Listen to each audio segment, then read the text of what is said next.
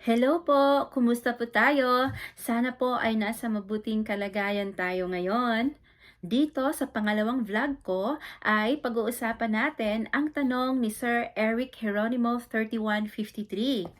Ang tanong niya ay kung paano ako nag-apply dito sa Canada at kung anong program. Bago ang lahat, nais ko po munang pasalamatan ang lahat ng subscriber ko at sa mga magsasubscribe pa lamang. At maraming salamat po sa pagpapanood ninyo. Tara, simulan na natin. Isa-isahin po natin yan. Unang step na ginawa ko, since wala naman akong ka-idea nung mga panahon na yon at kung paano ang pagpunta dito. Ang ginawa ko ay nag-research ako. Maraming research ang ginawa ko. Bumisita po ako sa Canada official site, sa canada.ca, at nagbasa ako doon ng bonggang-bongga. Kaso ang problema lang, sa dami-dami ng binasa ko ay wala akong naintindihan. Kaya ang ginawa ko, naghanap ako ng magandang Pinoy Canada group. Doon, nagbabasa ako ng mga comments, mga posts, at marami akong natutunan.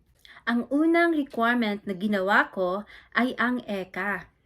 Ito yung transcript natin na pinadala dito sa Canada para ma-assist. Natulad din sa akin, 4 na taon na kurso ang natapos ko sa atin. Pagdating dito, 2 years lang. Pero may mga ibang institution na mag-a-assess, mas mataas ang equivalent nila. Ang sa akin kasi ay ipinrases ko sa West. Inuna ko siya kasi matagal siyang i-process at 5 years ang validity nito. Ang sunod kong ginawa ay naghanap ako ng employer. Nag-try ako sa job bank, nag-try din ako ng agency. May mga designated employers na nagta-travel kahit saan-saang lugar.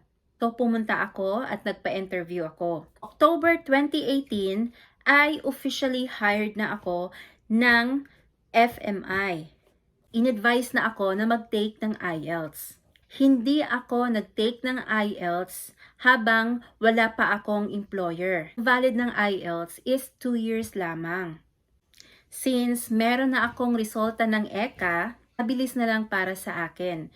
Hininga nila ako ng copy ng ECA, passport, resume, 2 reference letter, within last 5 years.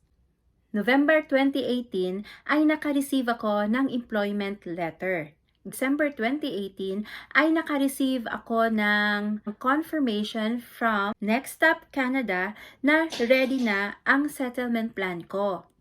January 2019 ay in-update ang offer letter ko. Anong program po ba ako? Hired ako as high-skilled stream ng Atlantic Immigration Pilot Program. On June 2019 ay na-approve na ang work permit ko. Habang nagpa-process po pala ako ng work permit ay isinabay ko na ang application ko sa permanent residence. September 2019 ay nagland na ako dito. Marami po akong problema na experience along the way, lalo na sa mga personal documents na pinaprocess ko. Kaya kailangan natin ng mahabang pasensya. At kung magkano ang nagastos ko? Ang gastos ko lamang ay plane ticket ko. Ang ibang mga gastusin ko ay yung mga personal documents lamang. Sana po ay nasagot ko ang tanong niyo, Sir Eric Geronimo. Sana po ay may natutunan tayo sa vlog na to. Huwag kalimutang mag-subscribe and hit the bell button para po ma-notify kayo sa next vlog ko. Maraming salamat po. God bless!